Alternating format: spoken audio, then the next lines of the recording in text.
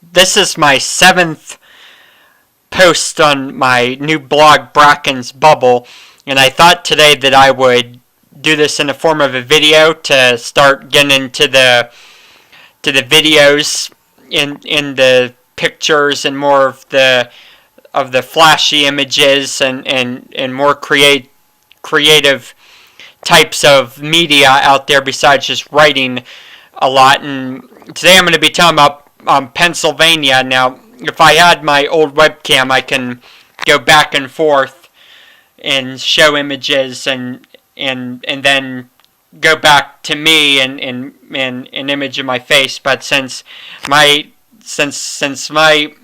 webcam on the new computer is broke thanks to the screen being broke, I have to use my iPod to make this video because this webcam on this backup computer sucks. So I don't know what else I can do but do that. But this is going to be on Pennsylvania. Also, notice the color. I want to congratulate the Philadelphia Flyers on their victory over Pittsburgh. So that's going to be in orange there. So I mean, like I said, and then that blue is to represent the state. Well, the state color, or pretty close to the background color of that Keystone State image. But anyway, with that in mind, let's get started. Now, according to James Carville, this is basically how he describes Pennsylvania and when it comes to its politics. You have Philadelphia right there, and I had to crop the image a little bit, so I apologize to all you Philly people out there if some of the skyline is cut off, but I had to crop a little bit because the image was kind of off and kind of weird for this presentation. So, but anyway, you have Philadelphia right there. Here's Pittsburgh right there, and of course I have a couple of friends who would have yelled at me if I didn't use that particular image, so I used that image. And then right here is the Alabama part, and you see right there, I'm not sure where I think that's in the mountains somewhere. That might be Route 22 somewhere in the mountains past Altoona. So I'm guessing that's where that is. I'm not quite sure that is somewhere again in some of the mountain ranges of Pennsylvania. But that's the Alabama. Right down there, you have Philadelphia right there. You got Pittsburgh right there, and that's pretty much the state according to James Carville. Although you can't forget the Lehigh Valley, which is where Allentown is, and you can't forget Erie, which is another pretty significant city in western Pennsylvania, up near the lake in the northwest part of Pennsylvania. It's on the opposite part. Pittsburgh, southwest PA. Erie's opposite. It's northwest PA. So that's where Erie is, and not great pictures of these cities, but these are the best I can find on the internet. Some really crappy pictures of both places, but can't forget these cities either. And then mine, here's the map, and basically, this is the map right here. There's Pittsburgh, there's Philly. Like I said, there's the T in between right there. You have State College right there. You have Erie up there. Johnstown and Cambria County, that's a pretty significant county. And then you have the Lehigh Valley, which is Allentown up to Wilkes-Barre and Scranton. So that's where, so that's basically what Pennsylvania looks like. And then you have the rest of it. And like I said, Pennsylvania is very 50-50. Because of that. So with that in mind, let's go to the election in 2012. Tomorrow is the primary in Pennsylvania, and I'm going to preview some of the key races, although there isn't many, because, again, what primary? Because Mitt Romney won, so there's not much of a primary, so that's going to be the problem. Low turnout is expected, and it could and that low turnout could sway a few close races, and especially help the incumbent. Now, when turnout's down, it usually the incumbent wins because those people who've supported the incumbent for forever, who have represented him for a long time, they usually stay with the incumbent, the person they're comfortable with, and don't like changing. So, pretty much, I would say tomorrow is going to favor the incumbents, although as you see in one of the races, there are two incumbents running against each other. So when that happens, then stuff becomes a little bit more complicated. Now, with that in mind, let's go to the first race, and this is the Attorney General race here in Pennsylvania. It's the Democratic primary. That is going to be a pretty hotly contested race. It is Pat Murphy against Kathleen Kane. Race has tightened. Pat Murphy was the early favorite to win this, and then it's tightened mainly because of advertising from Kathleen Kane has been at times annoying to me, because I've seen so many ads in this area from her. It has gotten on my nerves, but give her credit because she has gotten herself to be well known because of them. Although a couple people I've talked to said that she's advertised so much that it's actually turned them off from voting from her. So I don't know if you can be overly annoying with them with ads, but if so, that could be a problem. But for the most part, I think she actually did more good than harm by running all those ads, and so therefore the race is tightened. And also, she got a very big endorsement from President Bill Clinton. He endorsed her, so that's a big endorsement. The Obama campaign, of course, endorsed Pat Murphy, or at least I think David Axelrod endorsed Pat Murphy. So some people are going to make a big deal about this being between Obama versus Clinton, but I don't know about that. It's going to be an interesting race, and it's probably going to be close, and it's going to depend on areas. Both are Eastern Pennsylvania people, so I don't like that aspect of it. I want some more Western Pennsylvania blood representing Harrisburg, and that's definitely not going to cut it. So I'm not really excited about this race, and I can't vote in the primary anyway because I am not a registered anything. I'm a registered independent, so I can't vote in the primary. But if I could, then I wouldn't be excited about this race at all. I would probably vote for Pat Murphy because I do have a lot of respect for him as a person, a Iraq War vet and everything, but I don't know. So that race is really tightened up, and again, turnout could really make the difference. Now we're going to go to Pennsylvania 12. Now this is where you have incumbent versus incumbent. Jason Altmaier versus Mark Kritz. Both are Democrats. Significant towns include Johnstown, Beaver Falls, Wexford, I think Murraysville's in it, etc. Again, race is tightened. According to a WPXI Tribune review poll, it is 43-39 Jason Altmaier. It is within the margin of error.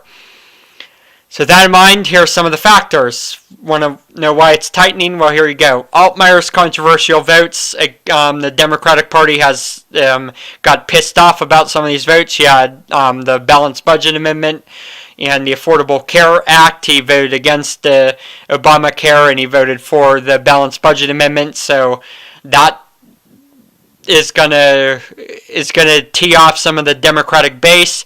Mark Kritz also received President Clinton's endorsement. Unions also line up again with Kritz against Altmaier. However, Kritz also did vote for some poison pills that Democrats will not like, including the repeal of Don't Ask, Don't Tell. He did not vote for that. He voted against it, probably just carrying out Jack Murtha's viewpoints on it, the late Jack Murtha, because that's who Kritz took over for. Jack Murtha is beloved in the Johnstown area, so he probably just went along with what Jack Murtha did when he voted on how he voted on Don't Ask, Don't Tell. But still, some liberals could be pissed off about that. However, Altmaier did not choose to make that a real issue, and of course turnout's going to decide this, and it is good. And in this case, it'll depend on where the turnout's coming from. Is it going to come more from Johnstown, which favors Mark Kritz, or is it going to come from Allegheny County and in the Pittsburgh suburbs and Beaver County, which will favor Jason Altmaier? So we'll see. It's going to be close, of course, on election day, because turnout could be so low. it could still, the result could be much more of a blowout than the polls show, just because turnout was so bad and only one of the campaigns got their people out to vote. So it depends on who goes out to vote, and if they both go out to vote, expect a very close race in Pennsylvania 12. Now we have Pennsylvania 17, Tim Holden versus Matt Cartwright. Significant towns: Scranton, Wilkes-Barre, Pottsville. It's a hotly contested race, and there have been no reliable polls taken. So therefore, what are the factors? Well, Pennsylvania's delegation made the district more Democrat. Before, Scranton and Wilkes-Barre was in Lou Barletta's district, but since Lou Barletta looked like he was threatened, the Pennsylvania the partisan hacks in the Pennsylvania legislators said we can't have that, so they gave Scranton and Wilkes-Barre to Tim Holden, which made the district a lot more liberal and a lot more Democrat. So therefore, because of Tim Holden's blue dog credentials, which means he is socially, physically, and on security matters more conservative, that allows Matt Cartwright with more of a opening to take the traditional Democratic base, and therefore Holden is in big trouble with the liberal wing of the party, and it's endangering his seat. And Matt Cartwright will have the advantage if or on paper he would have more of the advantage. However, some of the old parts of Tim Holden's district are still together, so Tim Holden will have an advantage there. Again, turnout will be the key, and it looks like Tim Holden will be the favorite just because turnout is expected to be so low. And same in Pennsylvania 18, where you have Tim Murphy, the incumbent, versus Evan Feinberg.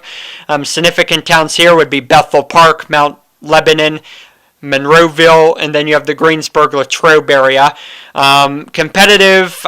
This is not as competitive as the other two House races we looked at, but more competitive than the other two. No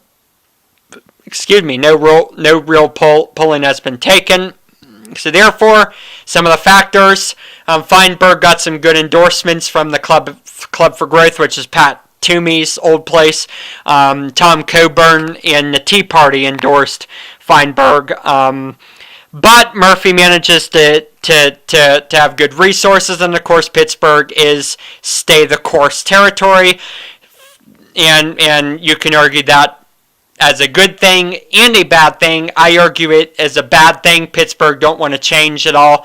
I view that as a bad thing. So Pittsburgh stay the course viewpoint on stuff should favor Tim Murphy, and I would expect Tim Murphy to win pretty sizably. Although this is more competitive than the other two races, so just keep that in mind. Look out for this race. Keep an eye on it, but I don't think anything's going to happen.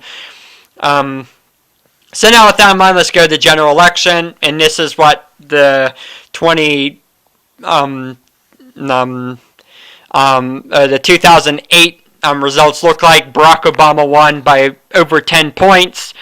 It was a very big election for Barack Obama here. As you see, the keys to Barack Obama's success, as I get this up. As I get this up here, as you see,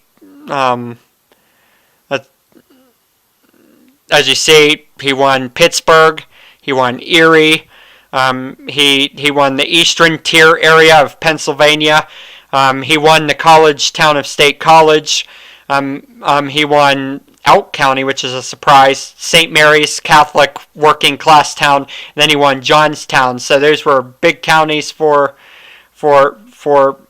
Barack Obama, and that's what propelled him to win.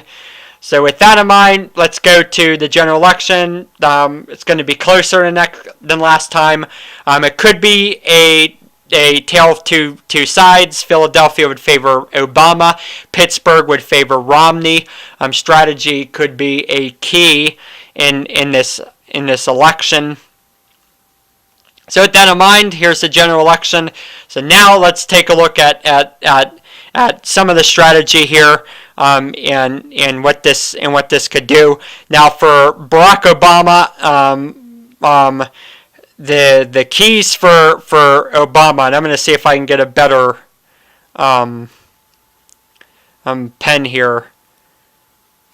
I don't think I can, and I'm sorry I'm wasting your time on this. So with that in mind, let's get to the strategy here. Now if Barack Obama wants to win, he's gonna first off he's gonna have to win the I-476 corridor right there, and you see it's between Scranton and Allentown. Those working class counties that swing back and forth. He's going to have to win them. Eastern PA is a little bit more favorable than Western PA, so Obama's going to have to win those counties. He's going to have to do very well in the Philly suburbs right there, and of course definitely will have to run up the margins in Philly. Going to have to do well in Allentown and Scranton. Might have to try to do well in the state capital right there. That could be a key county for Barack Obama, and then also in some of the college counties like State College and Center County, that'll be a key county. And of course in going out west, Erie County, that's going to be a big county for him. He's going to have to run up the margins there.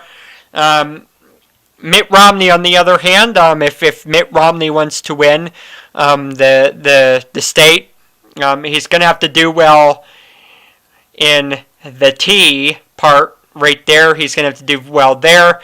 He's going to have to do well, and he's also going to have to do well in what I consider this portion of the state right there, and I'll draw that again for everyone to see. Right there, he's going to have to do well in that Pittsburgh media market. That's where Obama's support has eroded. That is where Obama is expected to do very poorly, but Mitt Romney is also struggling out in these areas. The working class voters are not as keen to him as they were Rick Santorum, so that could be a key, and I will be curious to see on primary day where some of these counties vote out here in western Pennsylvania, but definitely out here in that area, in the Pittsburgh media market, it's going to be a key. And then another good question to pose to the voters is going to be Allegheny County right there. How is Allegheny County going to do? What's Pittsburgh going to do itself? I'm not talking about the surrounding counties around Pittsburgh. I'm talking about Pittsburgh itself and what Pittsburgh will do. Right now, I'm not sure.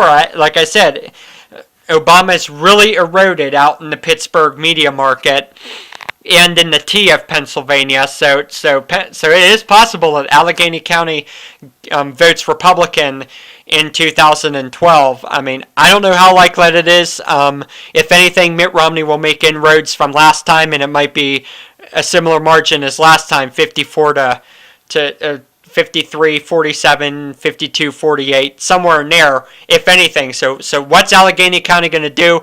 Could it go full-fledged Republican? Will it stay in the Democratic column? But will Obama lose ground in Allegheny County if it stays in the Democratic column? So again, like I said, going to have to do well in these in the Lehigh Valley. He's going to have to do well in Philadelphia, obviously, the suburbs. Harrisburg, he's going to have to do somewhat well with the state workers. State College, he's going to have to do well. And then up in Erie, another huge Democrat county, he's going to have to do well if he wants to win. In Pittsburgh, he's going to have to do well as well. That's the second biggest city in the state. But where's it going to go? We don't know right now. Pittsburgh is really tightened up. So basically, Pennsylvania's a toss-up. Polls show advantage goes to Obama right now. Very slight, though. Margin will be probably the 2010 Senate margin. I expect it to be close. However, I think a little bit more of a turnout in some of those lunch bucket counties in the Lehigh Valley will propel Obama to win by a very narrow 51 to 49 margin. But it is possible Mitt Romney can win this county. So with that in mind, that's all I have to say. So if there's any questions, comment. Feel free to comment on my Facebook or on my blog.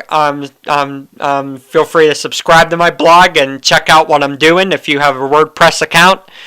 But for now, with the 20-minute mark in this video, I think I have said all I needed to say. So for now, everyone, have a nice time and get out and vote, people, tomorrow. Remember, tomorrow is election day in Pennsylvania, so get out and vote.